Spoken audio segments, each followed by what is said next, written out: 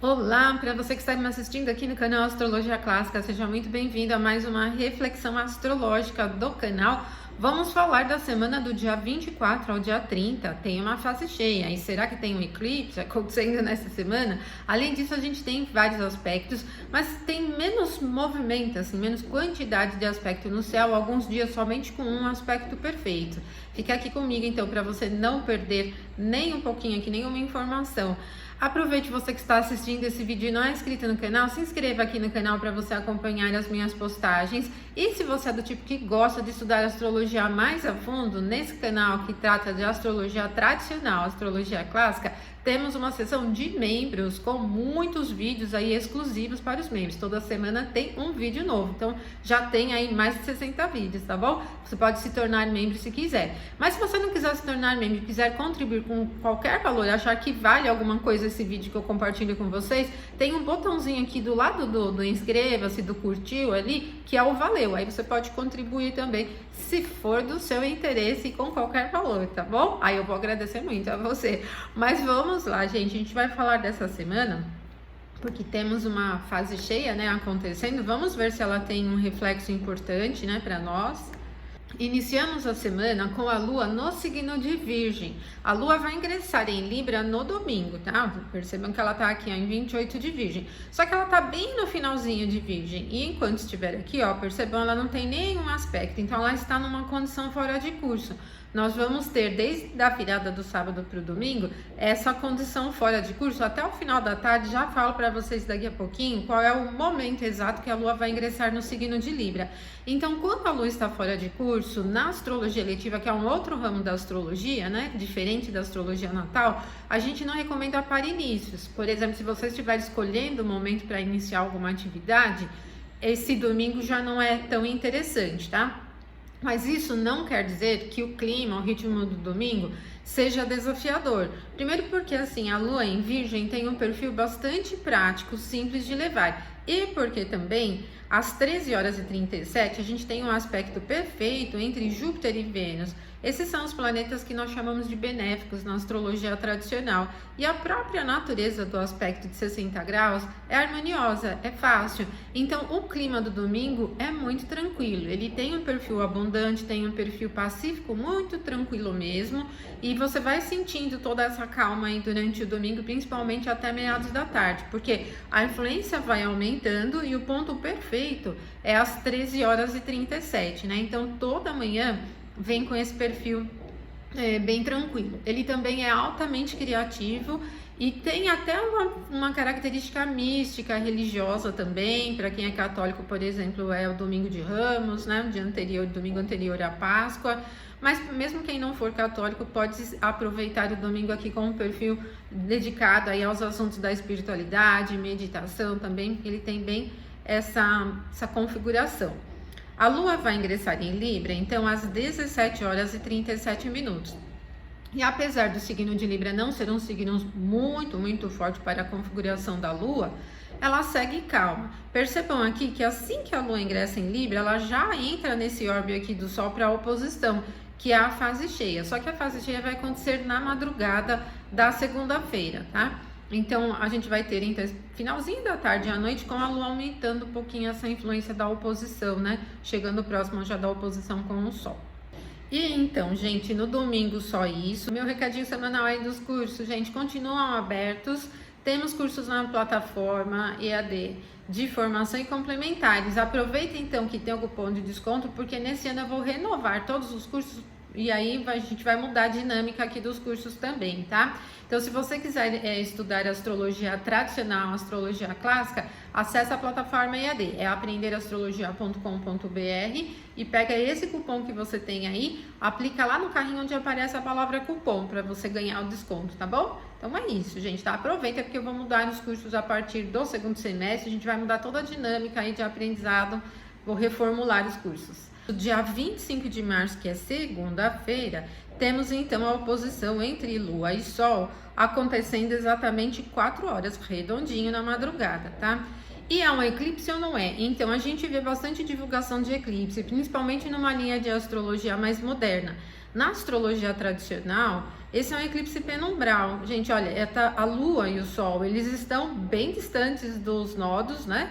Quase já no finalzinho do campo, né, onde ocorrem os eclipses, porque a Lua e o Sol têm que estar a distância de até 12 graus dos nodos lunares para acontecer um eclipse.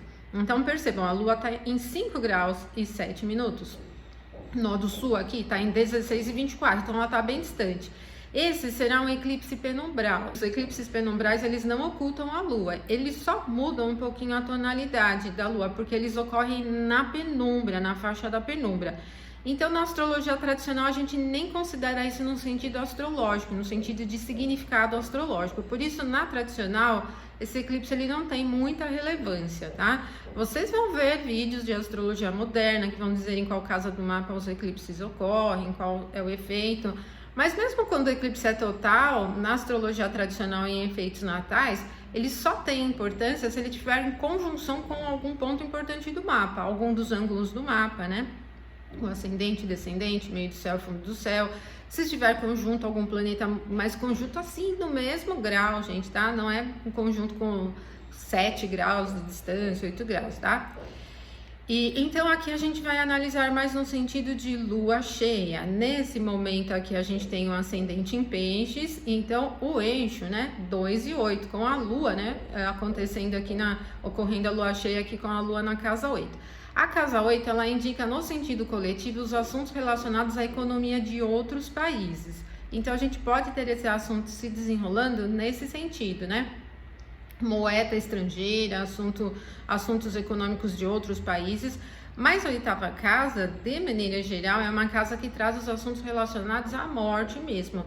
Não só morte de pessoas, mas temas vinculados à morte, à velhice, aposentadorias, assuntos funerários, por exemplo, né? Seguros ligados a essas questões de morte, né? Seguro de vida, a gente chama, né? Deve ser seguro de morte, né? Então, entram aqui também. Então, tudo que for derivado do tema da morte, não só a morte em si, entra aqui na oitava casa. Então, durante esse período de 15 dias, né, do período de fase cheia, pode-se ter aí alguns temas se desenrolando sobre esse assunto.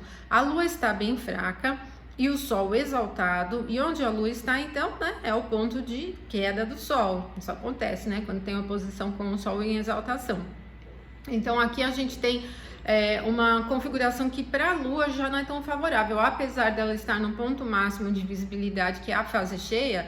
Essa própria posição na oitava casa, e ela tá com pouco poder, ela só está aqui na sua própria face, no signo de Libra. Então a gente tem aí uma possibilidade desses temas derivados de assuntos de morte, economia de outros países. É bem provável que tenha mais a relação com a economia, porque o Sol está na 2, né, e a Lua na 8. Então o eixo 2 e 8 envolve a economia do nosso país e a economia de outros países. Então essa dinâmica ela acaba aparecendo aqui de alguma forma, tá bom? É isso que a gente tem aqui para essa fase cheia. Ela vem sob a regência de Vênus, né? Então a lua cheia ocorre em Libra, vem sob a regência de Vênus. Vênus passou pelo último aspecto no dia anterior, que foi um aspecto de 60 graus com Júpiter, né? Ela está exaltada também, Vênus, e na primeira casa pode até ser uma relação com alguma comoção, de alguma forma, né? Ligada a pessoas conhecidas no sentido de passagem, coisas desse tipo, né? Poderia ser. Mas a natureza do aspecto do qual a lua se afasta, ela é harmoniosa, então não parece muito ter uma relação com pesar, parece ter mais uma relação com coisas derivadas mesmo de temas econômicos e tal, e notícias, sensibilidades, assuntos artísticos, coisas do tipo também, né? A lua tem a regência de quinta casa, então temas vinculados a pessoas conhecidas, que podem ter relação com assuntos de morte, assuntos de economias de outros países, com a nossa economia, ficam na pauta desse período aqui de fase cheia, certo? E no dia 25 de março, segunda-feira, gente, é só isso. Aí no dia 26 de março, nós vamos ter a oposição entre Lua e Mercúrio, essa que já aparece aqui, 20 horas e 9 minutos, tá? Então a gente vai passar toda a terça-feira com a Lua se aproximando desse aspecto. Ela se afasta da oposição com o Sol no dia anterior, e começa a se aproximar da oposição com o Mercúrio. Bom, são os astros que se movimentam mais rápido, aqui já merece bastante cuidado e atenção com a comunicação, diálogo de maneira geral, interação e troca comum, como se você estiver lidando com assuntos de troca em sala de aula, reuniões, questões desse tipo, negociações com outra pessoa também, tá bom? O Mercúrio está no signo de Áries, que tem uma tendência rápida para colocar as coisas. Então, no sentido de notícias muito rápidas, conversas, coisas que vão surgindo de uma maneira muito inesperada, né? Em termos de notícia também é legal manter a atenção. Não é muito recomendado, então, esse momento para início de atividades que tenham essa tônica do diálogo, da troca, conversa de maneira geral, conhecimento, comércio, equipamentos eletrônicos, energia, tudo isso acaba tendo um pouquinho mais de prejuízo durante esse período. E no dia 26 de março, terça-feira, é só isso também. Então, depois das 20 horas e 9 minutos, quando esse aspecto será perfeito, 180 graus, a Lua vai ficar fora de curso, tá? Restante do dia e a madrugada da quarta-feira ainda, é só às 6 horas e 2 do dia 27 que ela vai ingressar no signo de Escorpião. O ingresso da Lua em Escorpião, a Lua fica em uma debilidade em Escorpião, na queda, né? É um perfil bastante profundo, ele já tem uma tendência um pouco mais complexa, não tem muito ritmo, assim, não tem muita velocidade o ritmo, então a gente vai sentindo um pouco mais no clima geral, possibilidade de enroscar nos assuntos, as coisas ficam um pouco mais complexas, o clima geral fica um pouquinho mais enrolado. No entanto, se você estiver lidando com atividades que necessitam de análise, aprofundamento, pesquisa profunda mesmo, né? Você precisa entrar no assunto com bastante afinco, aqui já não é tão ruim, é uma configuração boa, porque como o Escorpião ele é um signo de profundidade, signo da água, né, profundo, esse perfil ele vai levando mais a fundo aí a sua dedicação. Só que, gente, a Lua representa o campo do humor, das emoções, no clima geral, então tem uma pegada bem emocional também no ar, né? Agora, o que vem depois aqui, na quarta-feira, às 13 horas e 8 minutos, é esse aspecto aqui, olha, que vai se ampliando durante toda a manhã. É um aspecto perfeito entre a Lua e Marte. E Marte tradicionalmente rege o signo de Escorpião. Ele completa esse clima bem profundo, a natureza do aspecto é harmoniosa, vai levando para toda a manhã e ainda uma parte da tarde esse perfil idealista, a gente pode dizer, para a realização das coisas. Ele também tem um perfil criativo. Apesar de Marte ter essa representação geral de luta, de briga, de embate, ele está em Peixes, né? Peixes não é um signo que o caracteriza com muita força, ao contrário, né? Ele é bem subjetivo, tem uma tendência um pouco instável, mas como Marte está enxergando o seu domicílio, isso cria um campo muito de potencial estratégico. Não é veloz, continua sem velocidade, só que a gente tem uma profundidade tão intensa aqui que esse perfil mais agudo de atingir o alvo acaba sendo bem marcante durante esse período, né? Então, para as atividades que sejam extremamente complexas, né, esse é um momento interessante, porque como o Marte está enxergando o domicílio dele, é possível atingir o alvo. Ele só não tem aquele perfil agressivo e ele não tem um perfil veloz também, assim, né? A gente vai percebendo um pouco mais de profundidade, agudeza, assim, né? É bem interessante este momento. No dia 27 de março é só isso que ocorre. Aí no dia 28, que é quinta-feira, 8 horas e 11 minutos, nós vamos ter um aspecto harmonioso entre a Lua e Saturno. Bom, o Saturno está naquela condição de sempre em Peixes, né? Ele está peregrino aqui em Peixes, não tem nenhuma dignidade essencial. Mas a natureza do aspecto é harmoniosa e isso vai mantendo ainda esse campo de bastante profundidade, de complexidade, mas como o ângulo ele é um ângulo fácil, ele não pode provavelmente não criar empecilhos para você durante o dia. Só que, gente, é muito mais favorável essa quinta-feira para todo tipo de atividade que você tenha que analisar, ir para um campo um pouco mais analítico mesmo, né? Que não dependa muito de atitude, de velocidade, ele tem mais um perfil qualitativo do que quantitativo. Vocês vão percebendo bem isso, né? Então vai mais para esse campo. Ele não é muito explosivo também, assim, com colocação de palavras, ele é mais mantenedor mesmo, né? Segura um pouquinho aqui, pela própria natureza aqui da Lua num signo fixo, né, gente? Que acaba levando mais a essa configuração, certo? Então, por isso, esse momento ele é mais interessante para a manutenção. Ali no meio da tarde, 14 horas e 58 minutos, nós vamos ter a oposição entre a Lua e Júpiter. Como toda oposição entre Lua e Júpiter, enquanto Júpiter estiver em Touro, para a Lua é bom, mesmo que a natureza do aspecto seja desafiadora, mas continua não tendo velocidade, e esse momento ele pode ser interessante para aplicar mudanças, né? Porque sempre as relações de Lua com Júpiter indicam alguma coisa diferente, alguma coisa que muda. Às vezes podem ser até mudanças radicais, visto que ela está acontecendo em signos fixos, né? Que são mais rígidos, então não tem aquela mudança mais moldável, né? Ela é mais pontual, mais seca aqui, inclusive, né? Com Júpiter em Touro, tá bom? Mas o clima ali não é difícil. Júpiter é um planeta benéfico e ele está gerando aqui uma recepção para a Lua na sua exaltação. Ele pode ser um pouquinho difícil para assimilar mudanças, inclusive, né? Mesmo que seja uma relação de mudança, se as mudanças ocorrem sem interesse próprio, pode ser um pouquinho difícil para assimilar as mudanças de uma maneira geral. No dia 28 de março, só isso. Aí o dia 29, que é sexta-feira, 00:01, nós vamos ter um aspecto harmonioso entre a Lua e Vênus, tá? Bom, Vênus está exaltada, é um aspecto onde a Lua está em Escorpião na queda e ela expõe Vênus também aqui a um ponto de debilidade, né? O detrimento de Vênus. Só que, gente, a natureza do aspecto é boa, então tem um perfil de cuidado, atenção, bem forte, altamente criativo esse aspecto, muito criativo, gerador, assim, né? Ele tem um perfil de gerar mesmo, dar vida às coisas, né? A gente pode dizer assim, uma tendência à fertilidade, tá bom? Não é veloz, continua não sendo, enquanto a Lua estiver transitando em Escorpião, ela mantém um fluxo mais retido mesmo, né? A Lua tá diminuindo a luz, ela teve a fase cheia, né, no começo da semana ali na segunda, então ela já tá diminuindo a luz. Só que esse aspecto, ele é bem harmonioso, então ele tem um perfil de alta dedicação, de bastante entrega no sentido de generosidade, cuidado mesmo, né? Além de ser bastante criativo, ele tem esse perfil bem de puxar a coisa para si, de cuidar, atender, né? De uma maneira geral, a posição de Vênus aqui é uma posição de exaltação. Ela já está se afastando bem aqui de Saturno.